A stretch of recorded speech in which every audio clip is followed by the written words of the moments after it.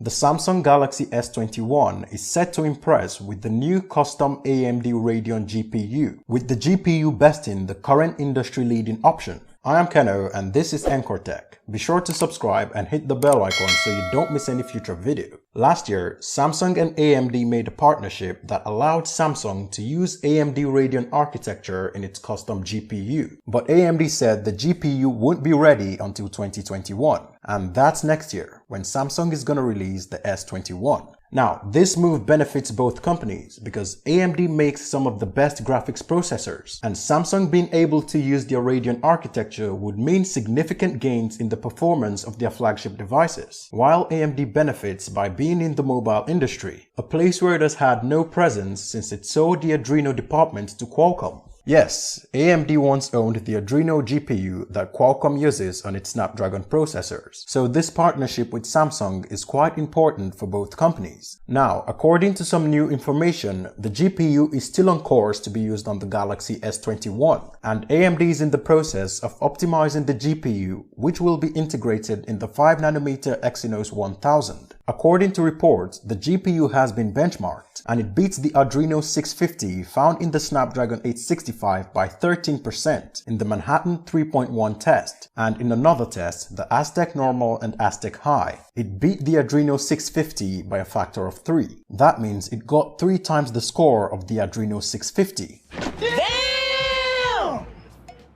Now, that's impressive to say the least, and considering how Samsung is working hard to improve its Exynos processors by eliminating the custom Mongoose cores, adding this GPU would mean significant improvements in the performance of the Exynos version of Samsung's flagships, maybe even besting what Apple has to offer. But we would have to wait and see. This testing is still in the early stages, and these scores haven't been verified, so I would say take this with a grain of salt. In other S21 news, Samsung is planning to use China's BOE OLED display on one version of the Galaxy S21.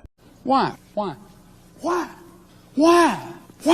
I really don't know why they're making this move, because Samsung is the biggest OLED supplier in the world, and BOE is the biggest LCD supplier in the world, and they want to compete with Samsung in the OLED market. So why source OLED panels from one of your competitors? My guess is because of yield issues, because sometime last year, Japan imposed some trade restrictions on South Korea, so the country has limited supply of some chemicals that are important to the production of OLED panels, and Japan is the only country with exportable amount of those chemicals. And since Japan is still in good relationship with China, it only makes sense to outsource some OLED panels from the best OLED maker in China. Why I don't think this move is to cut down costs is because even Chinese companies source OLED panels from Samsung. Huawei, Xiaomi, OnePlus, they all use Samsung's OLED panels. So, if Chinese companies with lower prices than Samsung devices come to Samsung for OLED panels, why would Samsung go to BOE just to cut down cost? Anyway, this trade restriction is gonna hit Samsung pretty hard, because even Apple is expected to source OLED panels from BOE for the iPhone 12 series. I really hope they resolve this quickly and Samsung's market share in the OLED market doesn't fall significantly. Let me know what you think about the AMD GPU that is expected to debut on the Galaxy S21. Drop a like if you enjoyed the video, and if you want to get more tech related news, then definitely subscribe and hit the bell icon so you don't miss any future video.